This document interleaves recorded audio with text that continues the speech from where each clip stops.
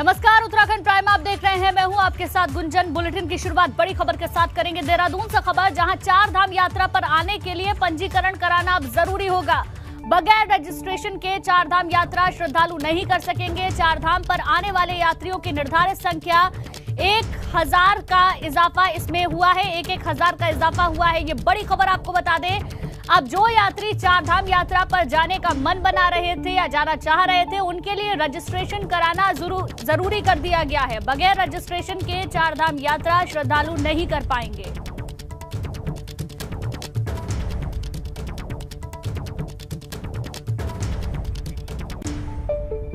पहले दिन देखिए, यात्रा हमारी 3 तारीख से शुरू हुई है। 3 तारीख को यमुनोत्री गंगोत्री के कपाट खुले हैं, 6 को केदारनाथ जी के कपाट खुले हैं और 8 को बद्रीनाथ जी के कपाट खुले हैं। और पहले दिनों में चूँकि प्रत्येक वर्ष ज़्यादा भीड़ रहती है, ज़्यादा लोग रहते हैं, लेकिन अब यात्रा अपने मैं कहूँ कि ठीक प्रकार से व्यवस्थित रूप से चल रही है।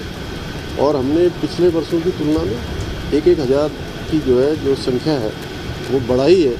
मैंने सभी यात्रियों से, सभी श्रद्धालुओं को से, सभी पर्यटकों से मैं अनुरोध भी करता हूँ कि हमने ऑनलाइन और ऑफलाइन जरूर रजिस्ट्रेशन की जो व्यवस्था की है, अपना रजिस्ट्रेशन करवा कर ही जाएं।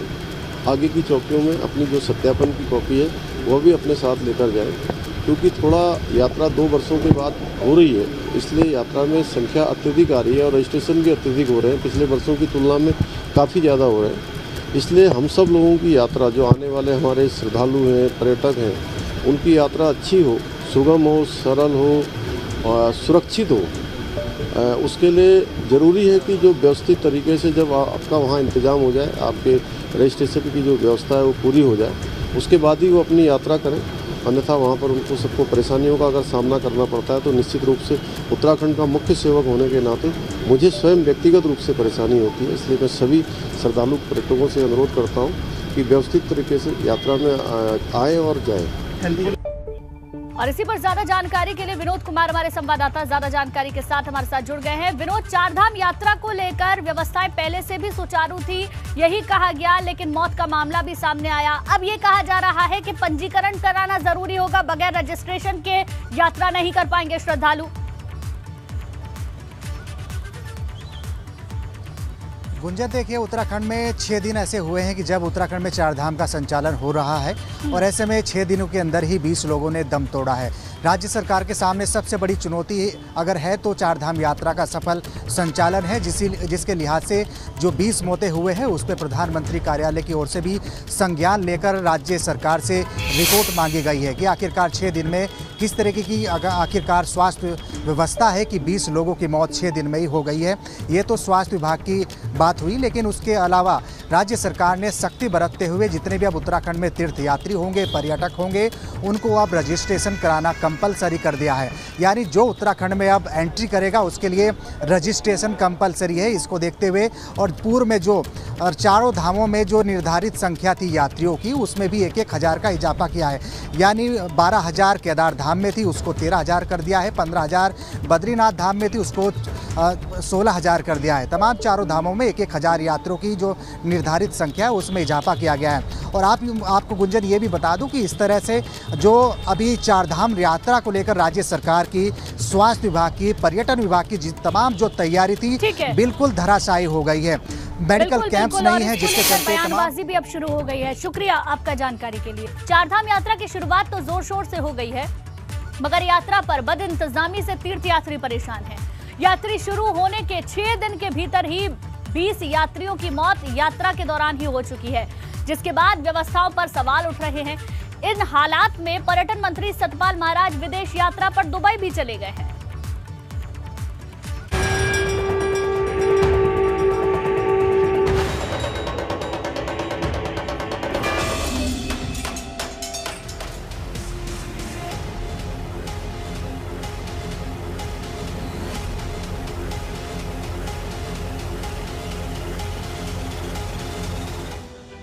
चार धाम यात्रा को शुरू हुए अभी हफ्ते भर का ही समय हुआ है, मगर अभी से सरकारी तंत्र की अव्यवस्थाओं की पोल खुलने लगी है। यात्रा शुरू होने के महज हफ्ते भर के भीतर 20 यात्रियों की मौत होना सरकार और सिस्टम को कटघरे में खड़ा कर रहा है। उत्तराखंड में जिस तरह से अव्यवस्था फैली है, अब सरकार के पास ये भी एक बहाना नहीं है कि हमें तैयारी करने का समय नहीं मिला। चूँकि चारधाम यात्रा हर वर्ष होती है, हर बार आती है और हर बार 2-4 तारीखें आगे पीछे छोड़ करके समय लगभग वही होता है। और आलम यह है कि पिछले एक सप्ताह में चारधाम यात्रा में 20 यात्रियों की अलग अलग कारणों से मृत्यु हो गई है और अव्यवस्थाओं का इतना बोलबाला है कि सिस्टम पूरी काहिली का शिकार हो रहा है और मॉनिटरिंग करने वाला कोई नहीं रह गया है। 3 मई से चारधाम यात्रा की शुरुआत हुई थी। यात्रा शुरू होने के 6 दिन के भीतर ही यात्रा पर आने वाले 20 यात्रियों की मौत हो गई। गंगोत्री यमुनोत्री में 14 यात्रियों की मौत हुई है, जबकि केदारनाथ में 5 और बद्रीनाथ धाम में 1 यात्री की जान गई है। केदारनाथ धाम कपाट खुलने से एक दिन पहले भी और कपाट खुलने के दिन भी घुप अंधेरे में रहा। उसके लिए जब मुख्य सचिव नाराज हुए तो एक एक्शन को सस्पेंड करना पड़ा। पुलिस वालों के तमाम वीडियो वायरल हो रहे हैं, एंट्री के नाम पर पैसा मांगते हुए यात्रियों को परेशान किया जा रहा है।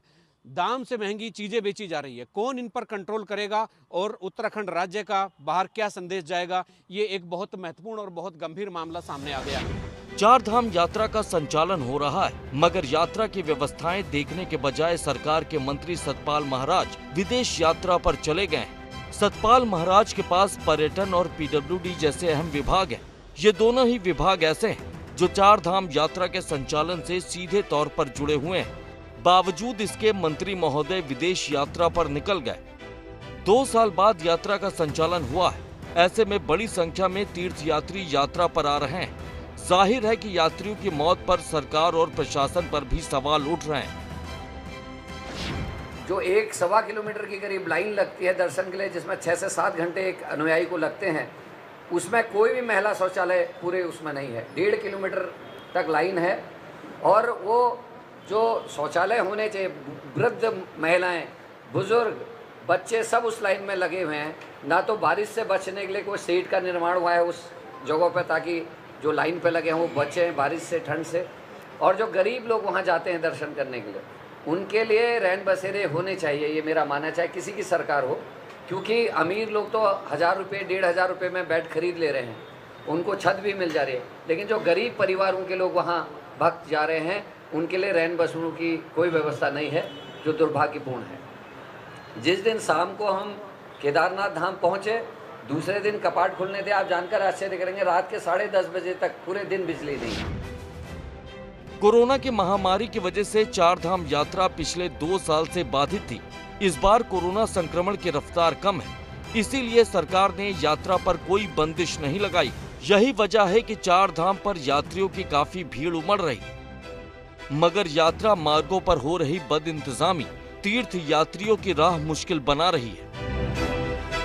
3 साल बाद यात्रा अपने फॉर्म में थी और भयानक भीड़ श्रद्धालुओं की चारों धाम में जमा हो गई और नतीजा 20 यात्रियों की मृत्यु, अव्यवस्थाओं का बोलबाला और तमाम ऐसी चीजें जो राज्य की रेपुटेशन को खराब कर रही हैं। किस बात का 100 रुपये मांग रहे हैं सर आपके? पुलिस कर्मी का तीर्थ यात्रियों से पैसे मांगते हुए वीडियो वायरल होना, केदारनाथ धाम में बिजली की कटौती, तीर्थ यात्रियों के सामान की ओवरऑल रेटिंग जैसे कई ऐसे मामले जो चारधाम यात्रा की व्यवस्थाओं पर सवाल उठा रहे हैं। अब मुख्यमंत्री को इस बारे में ये देखना पड़ेगा कि इसमें आगे अपने राज्य की इज्जत बचाने के लिए चारधाम यात्रा को बहुत ही मुकम्मल तौर पर नियमित तौर पर एक बहुत बेहतर बनाने के लिए क्या करना होगा। अपने सहयोगी कैमरामैन क्रिस्टोफर लॉरेंस के साथ एबीपी गंगा के लिए देहरादून से अजीत सिंह राठी। तो चारधाम यात्रा पर 6 दिन के अंदर 20 यात्रियों की मौत मामले पर पीएमओ ने भी संज्ञान लिया है। पीएमओ ने इस मामले पर रिपोर्ट मांगी है, जिसके बाद उत्तराखंड स्वास्थ्य विभाग अब मौतों के कारणों और रिपोर्ट बनाने में जुटा हुआ है। 6 दिन चारधाम यात्रा को शुरू हुआ है, ऐसे में 20 यात्रियों की जान चली गई है। जो पहले रिपोर्ट आई थी उसके मुताबिक 70% ऐसे लोग हैं जो किसी न किसी बीमारी से ग्रसित हैं। अब उसके बाद सरकार की ओर से एक एडवाइजरी भी जारी की गई है, लेकिन उन सब से अलग अब पीएमओ ने भी सख्ती दिखा दी है। पीएमओ से रिपोर्ट मांगी गई है और हम सचिव मैडम की तरफ से उसको रिस्पॉन्ड किया जा रहा है। अनफॉर्चुनेट पार्ट है, 20 डेथ हुई हैं, तो ये डेथ मार्ग में चलते समय कुछ हुई हैं और कुछ खड़े खड़े भी हो गई हैं। तो ये डेथ ऐसा क्यों हो रहा है ये कहना मुश्किल है। पोस्टमार्टम से भी कई बार कारण पता नहीं चलते। हमने पोस्टमार्टम हम कंडक्ट करा रहे हैं, कुछ लोग पोस्टमार्टम के लिए अनुमति नहीं दे रहे हैं, तो उनका पंचनामा भर के बॉडी को रवाना किया। वहीं चारधाम यात्रा पर तीर्थ यात्रियों की मौत मामले पर पीएमओ के एक्शन के बाद स्वास्थ्य विभाग ने नई गाइडलाइन जारी कर दी है। स्वास्थ्य विभाग ने निर्देश जारी किए हैं कि यात्री अपनी हेल्थ चेकअप करवाने के बाद ही यात्रा पर आएं। बीमार और ज्यादा बुजुर्ग लोग यात्रा पर आने से बचें। Heart, sugar, high blood pressure की बीमारी से जुड़े लोग यात्रा पर सावधानी बरतें। ऐसे लोग अपने साथ जरूरी दवाइयां लेकर आएं। किसी भी स्वास्थ्य संबंधी जानकारी के लिए 104 नंबर हेल्पलाइन पर संपर्क करें। एम्बुलेंस के लिए 108 हेल्पलाइन नंबर पर संपर्क करें।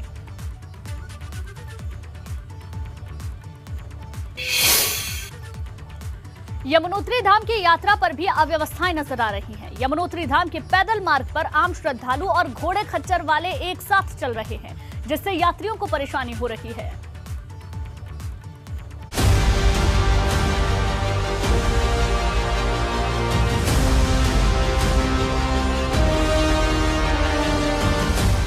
यमुनोत्री धाम की तरफ जाने वाले पैदल मार्ग पर बदइंतजामी साफ दिख रही है। पैदल यात्री और घोड़ा खच्चर एक जगह से होकर गुजर रहे हैं, जिससे यात्रियों की मुश्किल बढ़ गई है। कभी सुना है कि जानवरों का भी जाम लगता है? शायद नहीं। अक्सर सुनने में आता है कि ट्रैफिक में वाहनों का जाम, लंबा जाम लग गया है, लेकिन एक ऐसी भी जगह है जहां जानवरों का जाम तो लगता ही है, इसके अतिरिक्त इंसानों का भी जाम लगता है। ये तस्वीर है यमुनोत्री धाम को पहुंचाने वाला यमुनोत्री पैदल मार्ग का 5 किलोमीटर पड़ाव। यानी कि यहाँ पर आप देख सकते हैं किस तरीके से एक लंबा जाम यहाँ पर, अगर देखें घोड़े, खच्चर, डंडी, कंडी, इस तरीके से जो लंबा जाम यहाँ पे लगा है।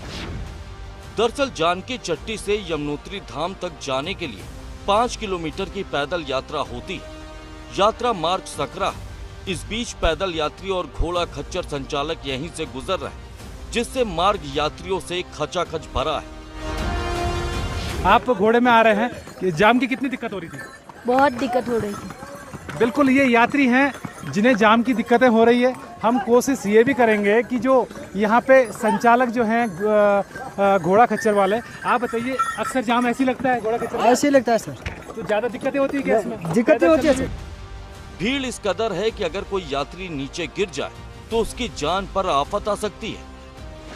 यमुनोत्री धाम जा रहे हैं जी, कैसा ये जाम पहली बार देखा है? पहली बार देखा है। मतलब इंसानों, गाड़ियों का जाम तो देखा, लेकिन गाड़ियों का जाम देखा है, लेकिन इतना जानवरों का जाम है जो इतना पहले कभी नहीं देखा। पहले नहीं देखा? पहले नहीं देखा। पैदल चलने में कितनी दिक्कतें हो रही है? पैदल चलने में ही दिक्कत हो रही है। जब क्या करें, जो बीच बीच में है जो ये घोड़ा जाम हो जाता है, पैदल निकलने में परेशानी है, आने जाने में रास्ता सकरा है। पैदल मार्ग पर पैदल और घोड़ा खच्चर पर सवार यात्री एक साथ चल रहे हैं, जिस वजह से रास्ते पर पांव रखने तक की जगह नहीं है। वास्तव में ये एक अलग तस्वीर है, क्योंकि वाहनों के जाम के बारे में तो अक्सर सुना जाता है, देखा जाता है, लेकिन अगर जानवरों के जाम की अगर बात करें तो ये वो तस्वीर है यमुनोत्री पैदल मार्ग में, जहां लगातार यात्रा बढ़ते बढ़ते ही अब जाम की स्थितियां भी पैदा हो गई है। यमुनोत्री पैदल मार्ग से मैं नितिन चौहान, एबीपी गंगा। चारधाम यात्रा की शुरुआत में ही होने लगी बदइंतजामी सामने आ रही है। उत्तरकाशी में पेट्रोल को लेकर यात्रियों और चालक आपस में ही भिड़ गए, जिस वजह से रोड पर जाम लग गया। बताया जा रहा है कि पेट्रोल लेने के लिए लोगों को घंटों इंतजार करना पड़ा, जिस वजह से लोगों के बीच नोक-झोंक भी हो गई। अब ये देखिए, कुछ तस्वीरें आपको दिखा रहे हैं किस तरीके से बदइंतजामी सामने आई है। आपस में किस तरीके से पेट्रोल डीजल को लेकर मारपीट हो रही है।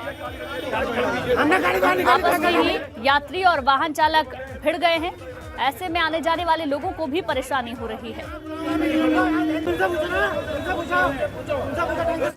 केदारनाथ धाम में बढ़ रहे यात्रियों की भीड़ को लेकर अहम फैसला लिया गया है। अब यात्री क्यू मैनेजमेंट सिस्टम के तहत दर्शन कर सकेंगे। साथ ही मंदिर के दोनों द्वारों पर पक्की बैरिकेडिंग करवाई गई है।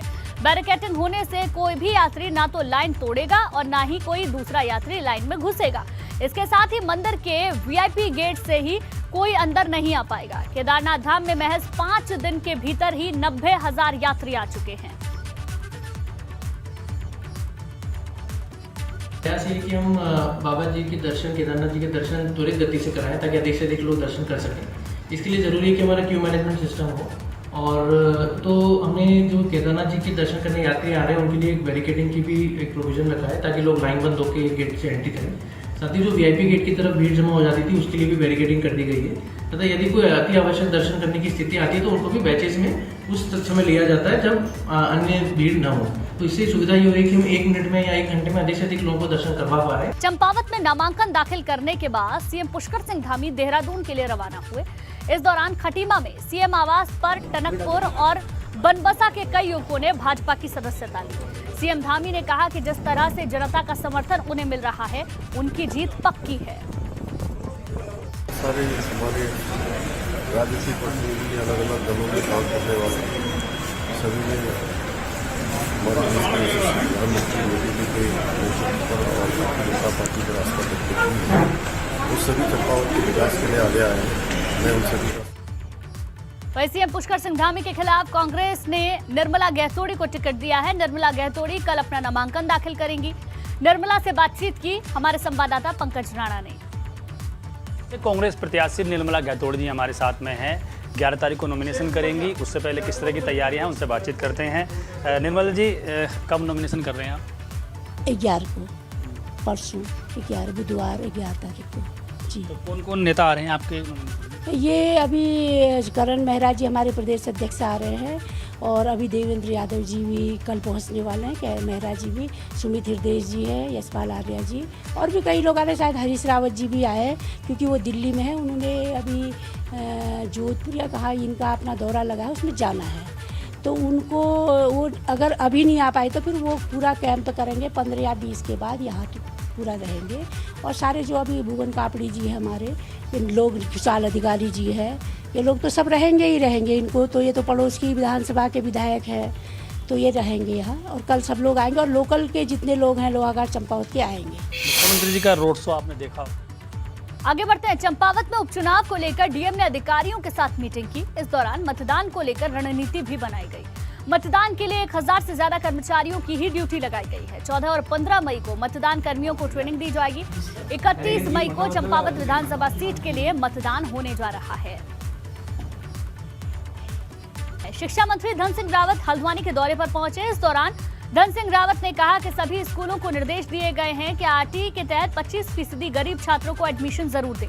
इसके साथ ही अभिभावकों से वही फीस ली जाए जो निर्धारित की गई है। जितने प्राइवेट स्कूल हैं उनके आज मैंने यहाँ बैठक की और उनसे 3 निर्देश दिए गए हैं। पहला ये गया है कि 25% गरीब बच्चों को अनिवार्य रूप से पढ़ाएंगे। दूसरा ये कहा है उनके मैंने कि भाई वो जो है अपने अपने स्कूलों में जहाँ भी उनकी स्कूलें हैं वो जितना फीस जो है उन्हें निर्धारित कर रखा है उससे ज़्यादा वो नहीं ले सकते। और तीसरी बात मैंने ये कही उनको कि वो जो है अपने क्षेत्र के एक एक गाँव को गोद लेंगे और एक एक सरकारी स्कूल के साथ कोलैबोरेशन करेंगे ताकि शिक्षा का आदान प्रदान किया जा सके। देखिए, मैंने ये कहा है सभी शिक्षा अधिकारियों को कि सरकार की तरफ से शौचालय, फर्नीचर, बिजली के कनेक्शन, पानी की व्यवस्था, इसके लिए पैसे दिए गए हैं और सबको हमने निर्देश दिए हैं कि 100 दिन में पूरे हों। वहीं हरिद्वार में सोशल मीडिया पर एक पटवारी का रिश्वत लेते वीडियो वायरल हो रहा है। इस वीडियो में एक शख्स कुछ पैसे लेता हुआ नजर आ रहा है जिससे पटवारी बताया जा रहा है।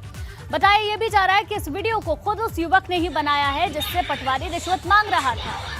एसडीएम अब वीडियो की जांच करवा रहे हैं। हालांकि एबीपी गंगा इस वीडियो की पुष्टि नहीं करता है। टिहरी में जिला खाद्य पूर्ति विभाग ने राशन की दुकानों पर छापेमारी की। इस दौरान बायोमेट्रिक ऑथेंटिकेशन न होने पर कई दुकानों को नोटिस जारी किया गया। राशन दुकानदारों को बायोमेट्रिक ऑथेंटिकेशन के बाद ही राशन बांटने के लिए निर्देश दिए गए।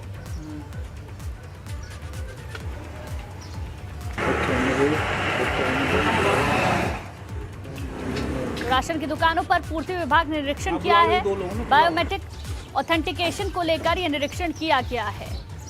जिला खाद्य आपूर्ति विभाग ने राशन की दुकानों पर छापेमारी की है। कई दुकानों को नोटिस भी जारी किया गया है। साथ ही राशन दुकानदारों को बायोमेट्रिक ऑथेंटिकेशन के बाद ही राशन बांटने के निर्देश दिए गए।